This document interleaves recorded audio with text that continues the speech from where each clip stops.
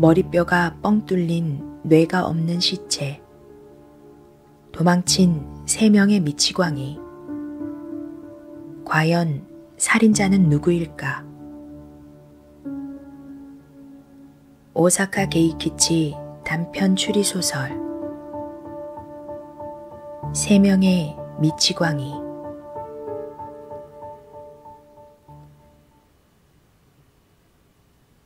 아카자와 의사가 운영하는 사립뇌병원은 MC 외곽 근처에 약간 높이 솟은 아카츠치산 위에 울창한 잡목림을 배경으로 화장터로 가는 도로를 내려다보듯 서 있는데 이미 너무 구식 단층이라서 건물처럼 보이기보다 무슨 커다란 거미가 기어가는 듯한 모습이었다.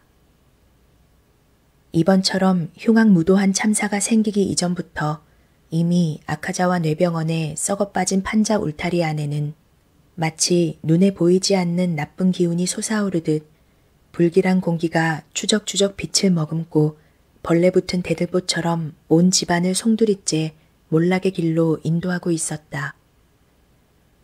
무엇보다 아카자와 의사의 지론에 따르면 정신 이상자의 간호는 원래 매우 힘든 일이라고 한다.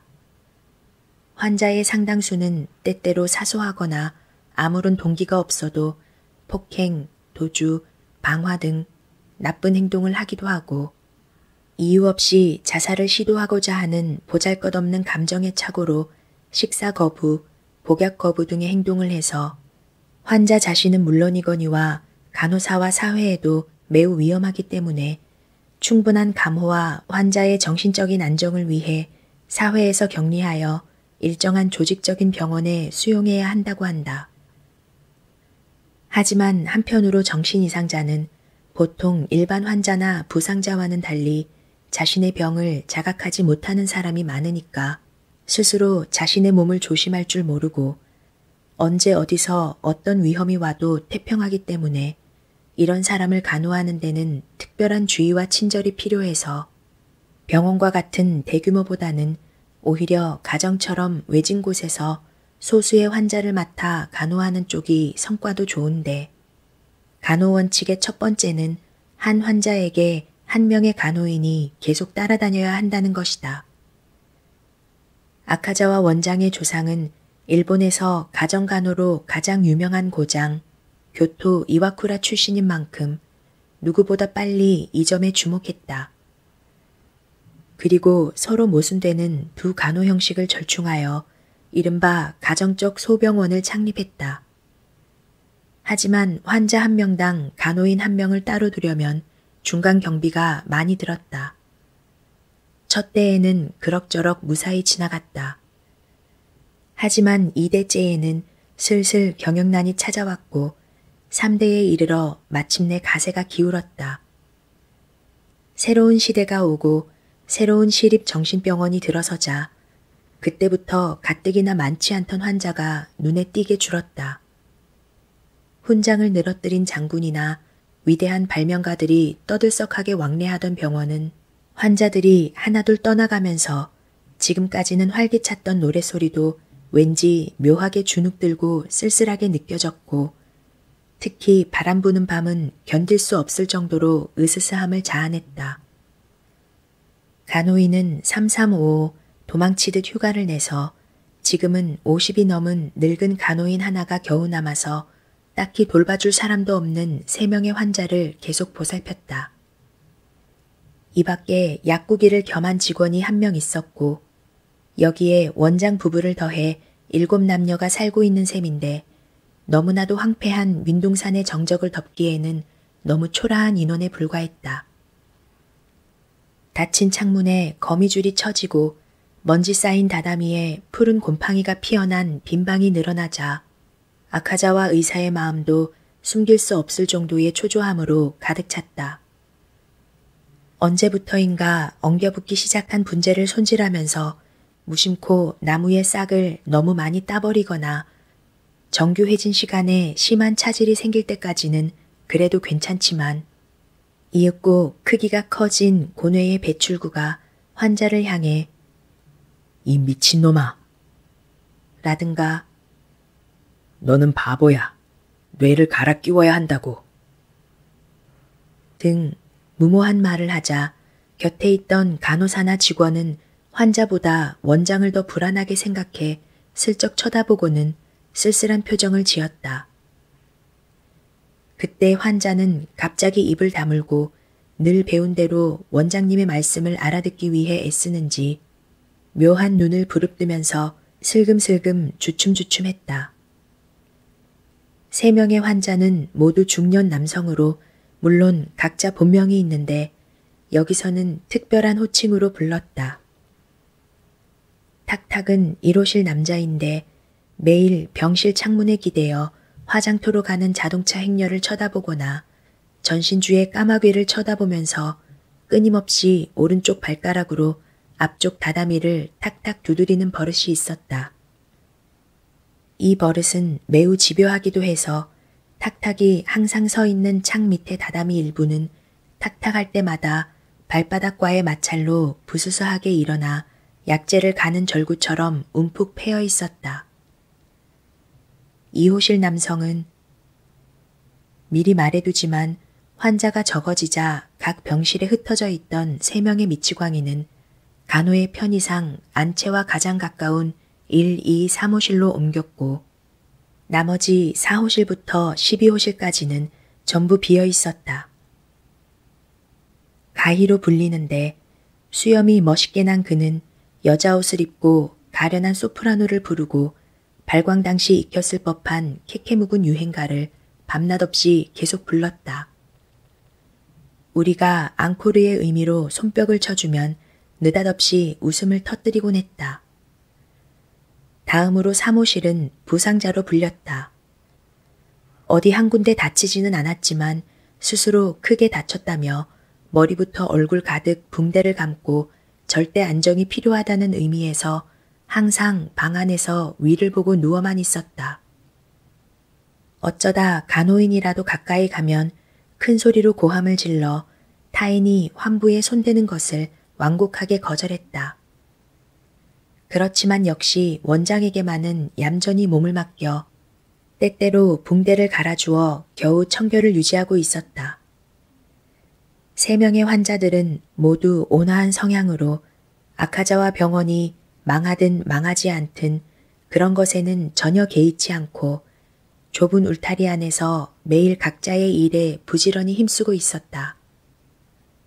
그래도 점점 간호가 소홀해지거나 식사의 질이 떨어지거나 하면 일말의 어두운 그림자가 기력과 낯빛에도 번지듯이 떠올랐고 그것이 원장의 노여움과 부딪히거나 하면 몹시 민감하게 비굴한 반응을 보여 말할 수 없는 야비한 공기가 점점 짙어지고 바람처럼 솟아올랐다.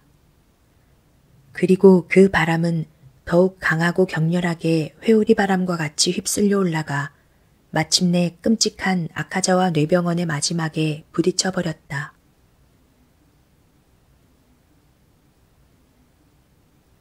웬일인지 아침부터 화장토로 가는 자동차 행렬이 늘어서 있었고 끊임없이 이어진 민둥산 자락을 사람 행렬이 연막처럼 뒤덮은 무더운 아침이었다. 늙은 간호사 도리야마 우키치는 여느 때처럼 6시에 눈 떠 이쑤시개를 물고 병실로 통하는 복도를 걸어갔는데 무심코 운동장 구석에 있는 판자 울타리에 뒷문이 열린 것을 보자 멈칫했다. 여기서 잠깐 설명하자면 아카자와 뇌병원 부지는 총 500평으로 높은 판자담으로 둘러싸인 내부에는 진찰실, 약국, 원장 내외와 집안 사람들이 기거하는 이른바 안채와 기역자로 꺾인 한 채의 병실이 150평 정도 되는 환자 운동장을 사이에 두고 세면으로 둘러서 있었고 나머지 한쪽은 직접 환자벽과 맞대어 있었으며 그 뒤쪽으로는 나무담이 붙어 있었다. 물론 환자 운동장으로 직접 이어진 나무문이기 때문에 안채의 부엌문과는 달리 대문처럼 열리는 일은 절대 없었고 항상 굳게 잠겨 있었다. 하지만 가끔 원장이 여기서 뒤쪽 잡목림으로 아침 산책을 나가곤 했기 때문에 문득 도리야마는 그러면 원장님이 나갔을까 하고 일단 나무문 쪽으로 걸어갔다. 그러나 설령 원장이 산책하러 나가더라도 중요한 나무 문을 열어두고 가는 일은 결코 있을 수 없다. 도리야마는 그렇게 생각하면서 나무 문에 도착하자 불안한 듯이 담 밖을 둘러보았다. 아무도 없었다. 잡목 가지 때문에 보이지 않는 작은 새들이 짹짹 노래를 부르고 있었다. 그러자 도리야마는 문득 이상한 느낌이 들어 무심코 깨물고 있던 이쑤시개를 집어들었다.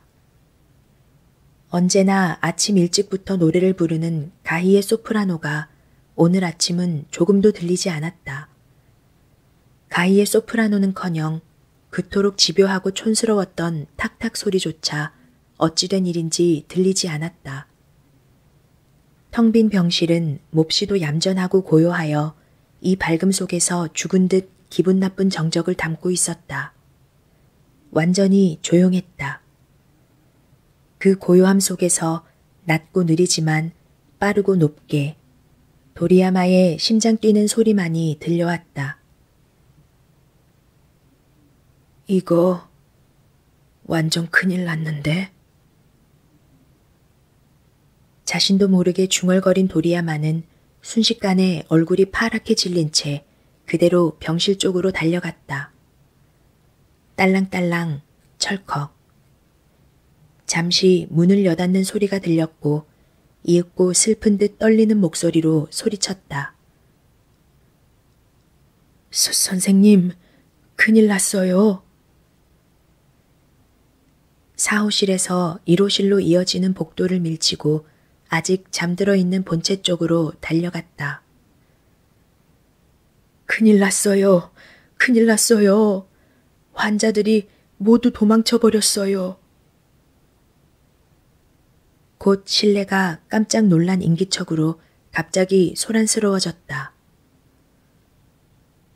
선생님, 어떻게 하죠? 선생님? 건너편 침실로. 빨리 깨워주세요. 건너편 침실에는 보이지 않습니다. 없나요? 어쨌든 환자들이 모두 도망갔어요. 공실에는요? 아무도 없습니다. 선생님을 깨워서 선생님이 보이지 않아요. 이윽고 도리야마와 아카자와 부인, 직원 3명이 단정치 못한 모습으로 운동장으로 뛰어나갔다. 큰일이다. 이러고 있을 수 없다. 도리야마를 선두로 3 남녀는 곧바로 병원 안부터 바깥의 잡목님까지 눈에 핏발을 세우고 분담해서 찾기 시작했다. 그리고 곧 사람들은 금방이라도 울 것 같은 얼굴을 하고 뒷문 앞으로 모였다. 그런데 선생님은 어떻게 된 걸까요? 직원이 쭈뼛쭈뼛 말했다. 소란에 놀란 까마귀들이 잡목가지 끝에서 불길한 소리를 내기 시작했다. 도리야마는 무릎을 부들부들 떨면서 당황했지만 갑자기 몸을 숙이며 말했다. 어라? 이거... 나무문 바로 안쪽에는 맥주병처럼 보이는 것이 산산조각나 흩어져 있었다. 병실 변소에 비치한 방취제 유리병이었다. 그리고 그 부근 일대에 이미 말라붙어 딱딱해지기 시작한 검붉은 액체의 비말이 점점 눈에 띄기 시작했다. 직원이 세된 소리를 질렀다. 도리야마, 뭔가 끌었던 자국 아니야? 아카자와 부인이 가리키는 곳의 지면에는 확실히 무엇인가 무거운 것을 끌었던 자국이 병실 쪽으로 나 있었다. 그 흔적을 바느질하듯 따라가 보니 3 사람은 말소리를 죽여가며 흔적을 따라갔다. 곧장 판자 울타리를 따라 병원의 변두리 변소까지 갔다. 마루가 없는 시멘트로 된 토방이었다. 하지만 그 토방을 들여다본 3 사람은 순간 앗하고 말할 수 없는 공포의 외침을 내뱉으며 못 박혀버렸다. 토방이 온통 피바다였고 그 핏덩이 한가운데 나동그라지듯 쓰러진 사람은 어젯밤 잠옷 차림 그대로 끔찍한 모습을 한 아카자와 원장이었다. 피바다 속에서 싸늘하게 빛나는 유리병 조각으로 그런 듯 얼굴 전체에 엄청나게 긁힌 상처가 니코고리처럼 피를 뿜어냈다. 특히 똑바로 쳐다볼 수 없었던 것은 앞 이마에서 뒤쪽 머리뼈까지 뻥 뚫린 커다란 구멍에서 뇌가 빠져나와 머릿속이 텅 비어있는 모습이었다. 빠져나간 뇌는 어디로 갔는지 주위에는 그림자도 형체도 없었다. 급히 연락받은 MC 경찰서에서 사법주임을 선두로 한 경찰관이 아카자와 뇌병원으로 몰려든 것은 그로부터 20여 분 뒤였다. 사법주임 요시오카 경관은 완전히 상기된 도리야마 우키치에게 이런저런 사정을 듣고 부랴부랴 부하 경찰관들을 사방팔방으로 보냈고 탈출한 3명의 미치광이를 수색 체포하라고 명령했다. 잠시 후 검시관 일행이 오자 즉각 날렵한 현장 검증과 예심 판사의 신문이 시작됐다. 도리야마, 아카자와 부인, 직원, 셋은 정신도 몸도 온전치 못한 것처럼 보였고 처음에는 횡설수설한 진술로 담당관을 괴롭혔지만 그래도 점점 침착하게 아카자와 뇌병원의 현재 상황부터 그 흉측한 분위기, 원장의 거친 언행, 그리고 3명의 미치광이의 특징에 대해 돌아가면서 묻는 대로 답했다. 한편 법의관의 의견은 원장의 죽음은 오전 4시경으로 추정되며 그 시각에는 모두 자고 있었고 소음 같은 것은 없었던 것. 원장은 항상 일찍 일어나 잠옷 차림으로 체조나 산책하는 습관이 있다는 것 등도 파악했다. 대략적인 조사가 끝나자 검사가 사법주임에게 말했다. 어쨌든 범행 동기는 명료합니다. 문제는 3명의 미치광이가 공범인지 아니면 3사람 중 누군가가 혼자 하고 나머지는 문이 열려있는 것을 보고 각각 뿔뿔이 흩어졌는지 하는 겁니다. 그런데 범인을 체포하려면 몇 명의 경찰관이 필요할까요? 일단 5명을 보냈습니다. 5명요? 검사는 얼굴을 찌푸리며 말했다. 그래서 무슨 정보는 있습니까? 아직입니다. 그렇죠. 5명으로는 너무 부족할 것 같습니다. 도망친 미치광이는 3명입니다. 심지어 숨어버렸을지도 모르는데. 검사는 문득 무언가를 깨닫고 두려움에 금세 얼굴이 굳어져 뒤따라갔다. 그렇습니다. 이 경우 잡을 수 있고 없고의 문제가 아닙니다. 이 녀석들은 큰일 낼 사람들이라고요. 알겠습니까? 범인은 미치광이 셋. 그것도 단순히 미친 것이 아니라 갑자기 흉악해져서 무슨 짓을 저지를지 모르는 놈들입니다. 정말이지라며 예심 판사가 창백한 얼굴로 대화에 끼어들었다. 그런 놈들이 만일 부녀자가 많은 시내로 도망친다면 어쩌죠? 무서운 일입니다. 검사는 떨면서 사법주임에게 말했다. 아니, 조금도 머뭇거릴 수 없습니다. 즉시 경찰을 증원해 주십시오. 그렇습니다. 시 전체의 파출소에 알려서. 요시오카 사법주임은 눈빛을 바꿔 허둥지둥 안채로 달려갔다. 현장에서 경찰로, 경찰에서 시내 각 파출소로. 갑자기 강한 긴장이 전화선을 스쳐 지나가면서 아카자와 뇌병원 임시수사본부는 긴장감이 서렸다. 곧 증원되어 온 경찰들은 2부류로 나뉘어 일부는 시내로, 일부는 뇌병원 민둥산을 중심으로 외곽 일대로 나갔다. 하지만 정작 마음에 드는 소식은 좀처럼 들리지 않았다. 사법주임은 초조한 듯 이를 갈았다.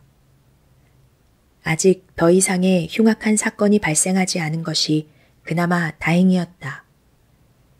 하지만 우물쭈물하고 있을 수는 없다. 조금이라도 빨리 체포해서 참사를 미연에 방지해야 한다. 미치광이들이 사람을 두려워해서 어딘가에 피해 있다면 상당히 곤란한 문제였다.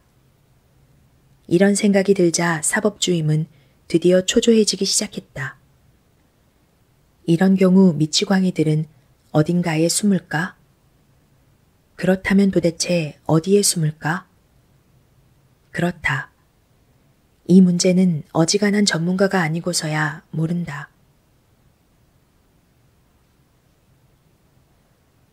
정오가 되어도 희소식이 없자 사법주임은 결심하고 일어섰다. 그리고 본부를 시내 경찰서로 옮기고 서장에게 맡긴 후 아카자와 병원 반대편 교외에 있는 시립정신병원으로 갔다. 사정하자 원장 마츠나가 박사는 곧바로 만나주었다.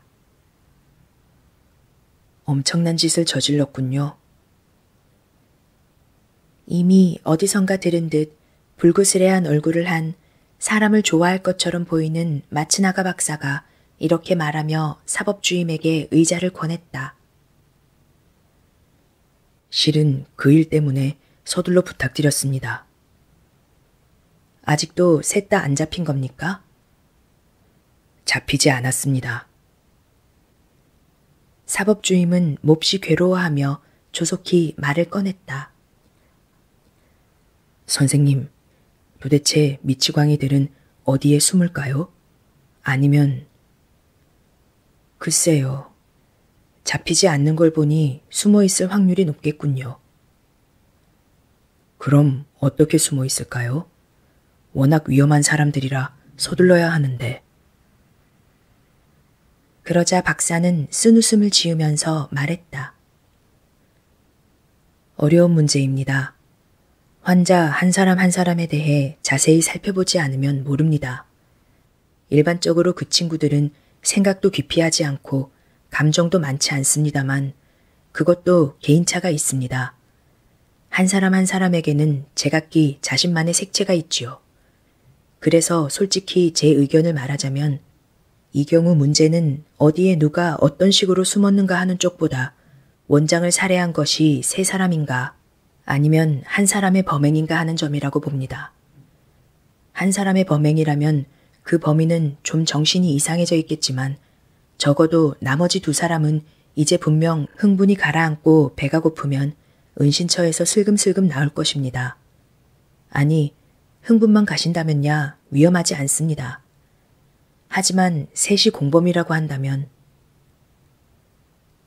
박사는 그런 말을 하고 의자에 다시 앉더니 갑자기 열띤 어조로 계속했다. 공범이라고 한다면 좀 곤란합니다. 그렇다고 한다면요? 엉겹결에 사법주임이 나섰다. 결국 한 사람이 저지른 범행일 경우 그 범인이 무사히 나오기 힘든 것과 같은 이유로 세 사람의 안부가 염려됩니다. 잘 모르겠습니다만 어떤 이유로? 사법주임은 어렵다는 표정을 하며 얼굴을 붉혔다. 아무것도 아닙니다. 박사는 피식 웃었다. 이건 제가 약국에서 들었는데 아카자와 원장은 요즘 심하게 초췌해져서 환자를 꾸짖을 때 뇌를 꺼내버려라처럼 무모한 말을 자주 했다고 하더군요. 그렇습니까? 그게 동기일까요? 잠시만요. 제가 들은 바로는 분명 뇌를 갈아치워라지 뇌를 꺼내라가 아니었던 것 같습니다. 갈아치워라. 갈아치우라는 것과 꺼내라는 것은 아주 다르죠.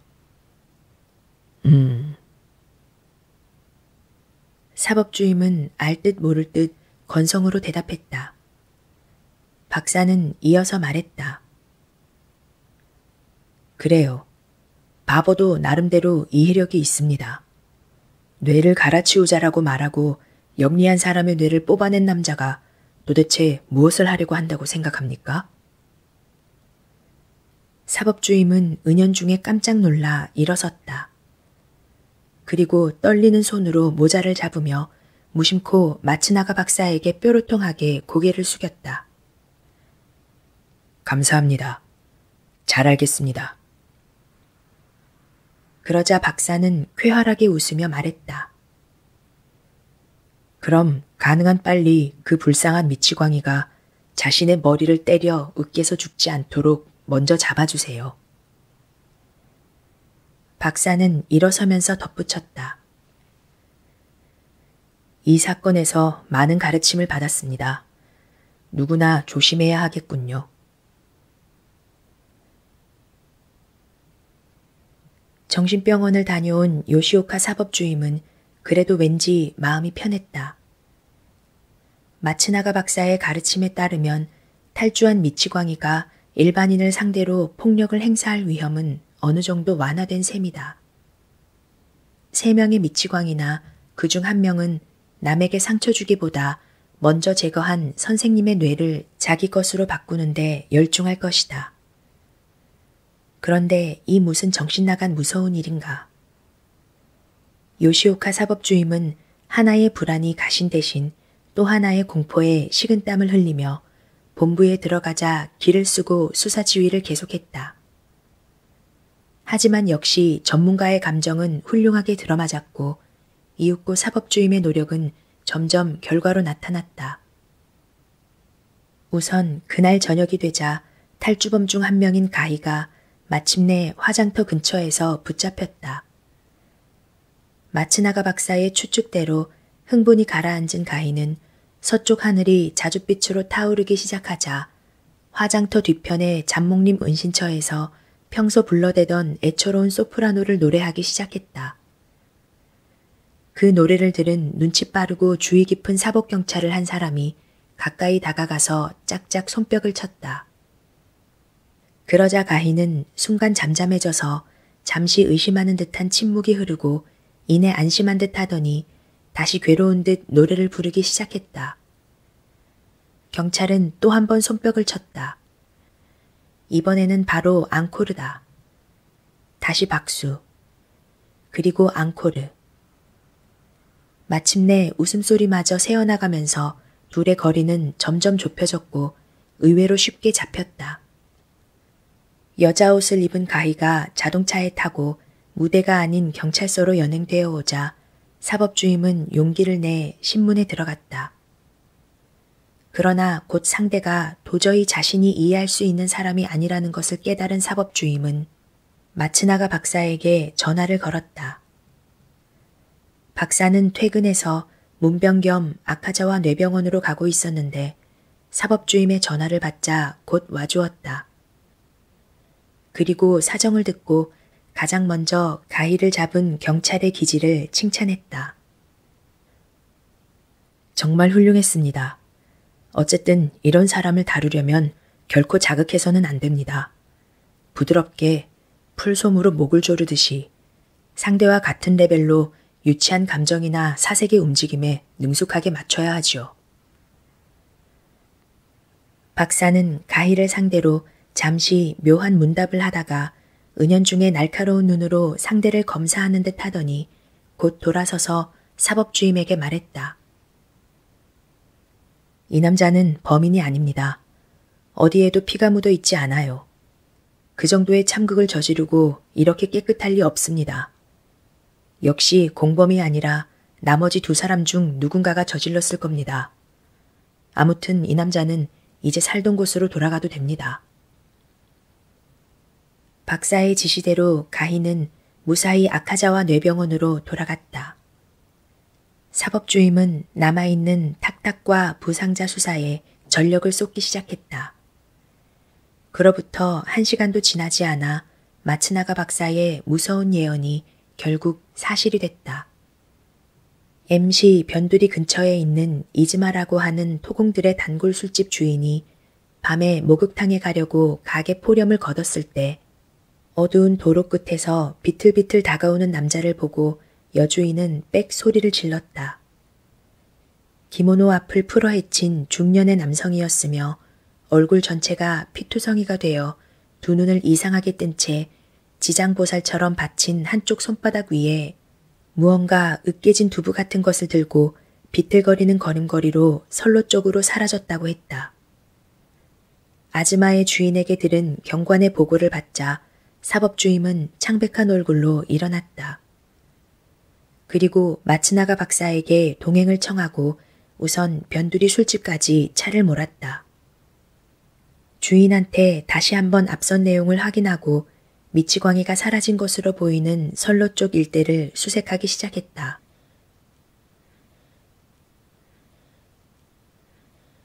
마침 그 무렵 마츠나가 박사가 말하는 흥분이 가라앉고 배고픈 시기가 왔는지 시내를 관통하는 M강 부근에서 또 한 명의 미치광이가 잡혔다.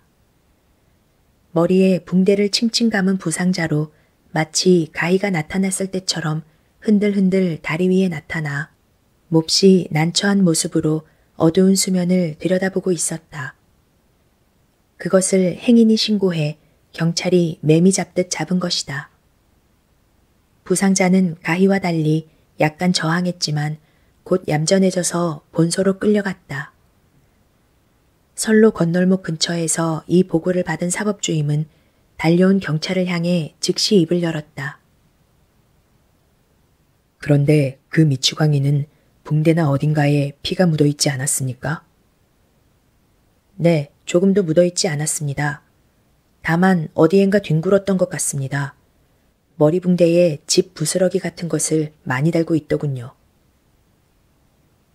그러자 사법주임은 옆에 있는 마츠나가 박사와 잠깐 얼굴을 마주보고 웃으며 말했다. 좋아. 그럼 그 사람을 아카자와 뇌병원까지 데려다줘. 부드럽게 다뤄야 해. 네. 경찰관이 떠나자 사법주임은 박사와 나란히 다시 선로를 따라 어둠 속을 걷기 시작했다. 드디어 알게 됐군요. 박사가 말했다. 완전. 사법주임이 크게 고개를 끄덕였다. 그건 그렇고 도대체 어디로 기어들어간 걸까요? 여기저기 어둠 속에서 때때로 경관들의 회중전등이 개똥벌레처럼 켜졌다 꺼졌다 했다. 그런데 10분도 채 지나지 않았을 때 갑자기 전방의 선로 위쪽 어둠 속에서 회중전등이 크게 호를 그리더니 으아하 하는 고함이 들려왔다. 무슨 일이야? 사법주임이 엉겁결에 소리를 질렀다. 그러자 이어서 맞은편 목소리가 말했다. 주임이세요? 여기 있습니다. 죽었습니다. 두 사람은 쏜살같이 달리기 시작했다. 곧 경관이 서 있는 곳까지 달려가자 주임은 그곳에서 마침내 무서운 상황에 맞닥뜨리고 말았다. 선로 옆에 쓰러진 탁탁은 마치 레일을 베개 삼아 그 위로 머리를 얹고 있었던 것처럼 이미 머리는 무참하게 산산조각 나 근처 자갈 위로 흩날려 있었다.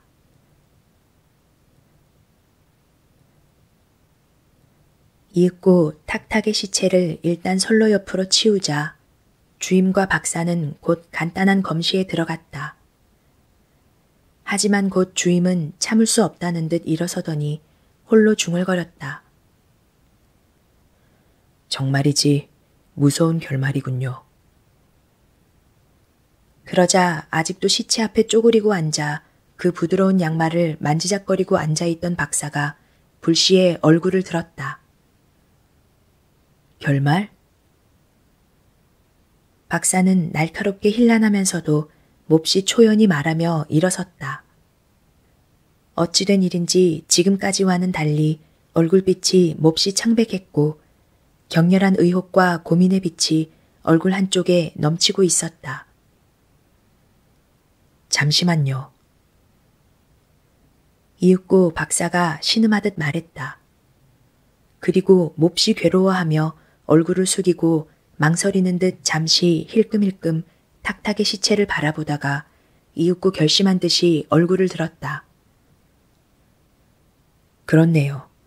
잠시 기다리세요. 지금 결말이라고 하셨습니까? 아니, 아무래도 저는 엉뚱한 착각을 한 것 같습니다. 주임님, 결말은 아닌 것 같습니다. 네?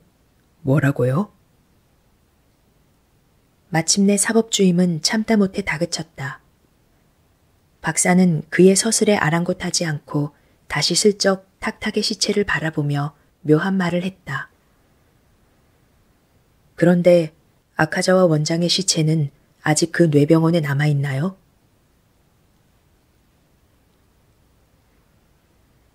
그로부터 20분쯤 후 마츠나가 박사는 거의 강제로 사법주임을 이끌고 아카자와 뇌병원으로 갔다.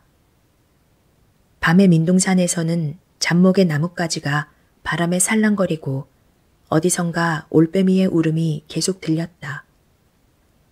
박사는 안채에서 도리야마 우키치를 붙잡아 원장의 시체를 보고 싶다고 했다.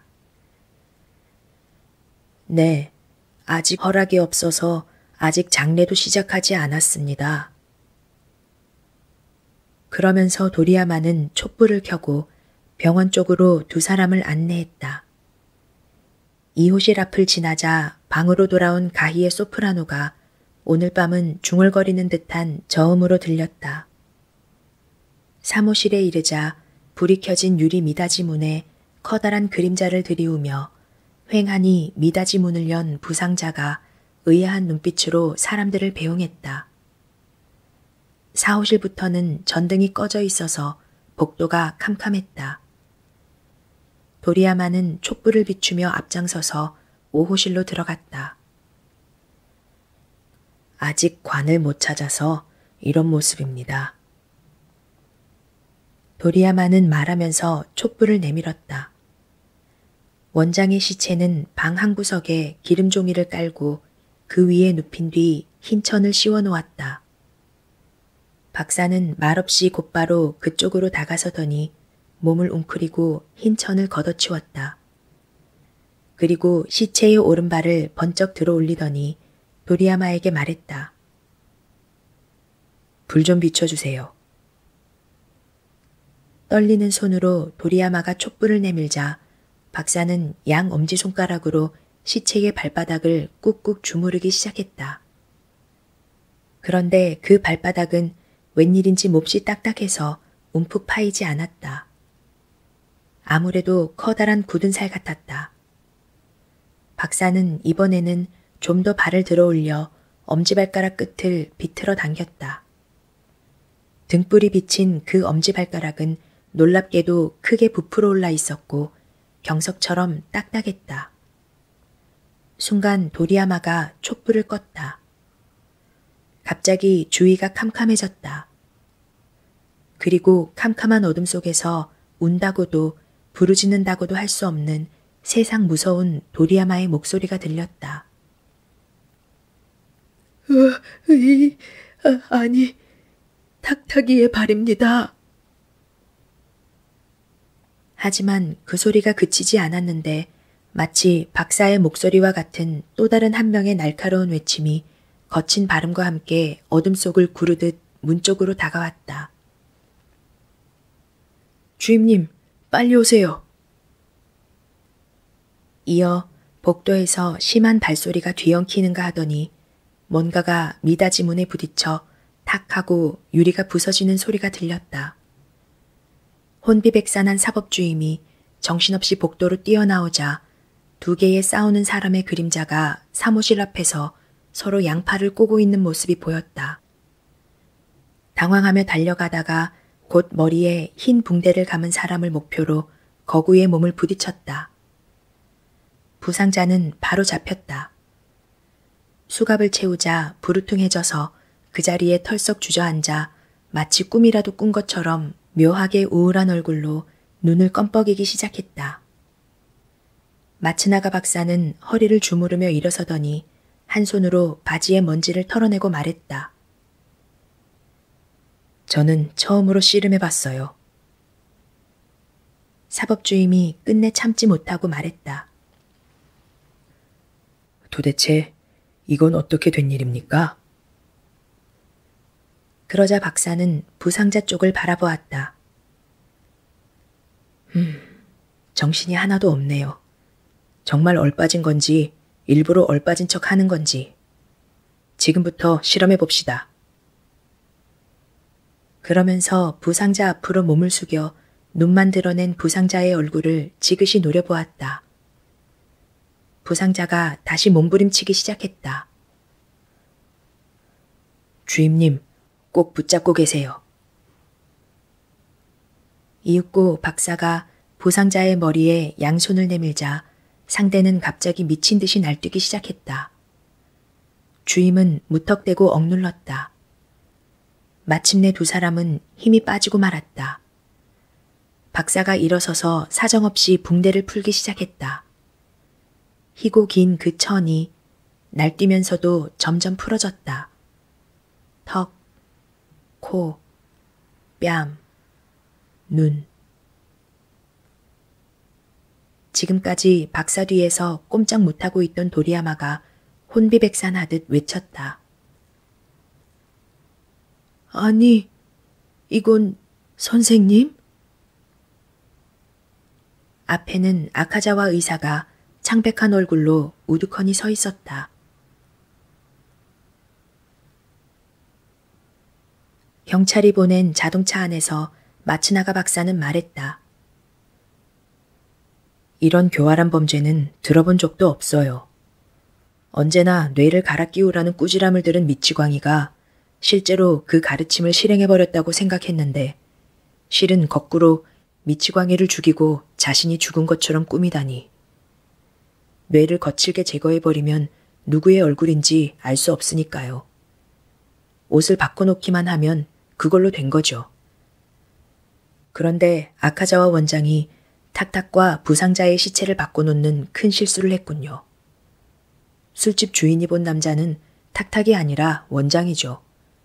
누군가에게 그런 장면을 보여주고 선로에 오면 미리 죽인 부상자의 머리를 마치 머리를 갈아치우기 위해서 탁탁이 스스로 한 것처럼 꾸며 기차에 치이게 한 것이겠죠. 역시 그 방면의 사람답게 미치광이의 심리를 교묘하게 파악하고 있습니다.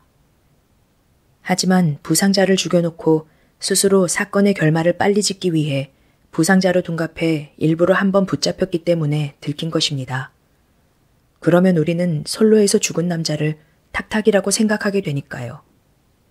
생각만 하면 되는데 그 탁탁의 발바닥에 다다미가 움푹 파일 정도로 늘 문질렀던 그 발바닥에 굳은 살이 없어서 들킨 것입니다. 그렇습니다. 병원에서 부상자를 죽이고 선로 근처에서 탁탁을 죽이면 완전한 성공입니다. 그리고 2, 3일 안에 어디선가 보호자가 왔다고 하면 가짜 부상자는 아카자와 내병원에서 영원히 사라지게 되죠. 그리고 아카자와 미망이는 병원을 정리하고 물건을 돈으로 바꿔. 그렇습니다. 분명 그 원장은 막대한 생명보험도 들어두었습니다. 그리고 돈을 준 과부는 혼자서 어딘가 사람이 없는 시골 구석으로 이사를 합니다. 그리고 거기서 죽은 남편과 합류합니다. 그렇게 할 생각이 아니었을까요? 어쨌든 그 원장도 딱할 정도로 초조한 상황이었던 모양이지만 아무래도 그런 순진한 사람들을 미끼로 저지른 이런 참혹한 일에는 동정할 수 없군요. 박사는 이렇게 말하고 사법주임의 얼굴을 보다가 문득 무언가 생각나서 괴로운 표정을 지으면서도 약간 위험 있는 표정을 지었다. 하지만 어쨌든 이 사건에는 가르침이 많군요. 누구나 조심해야 합니다.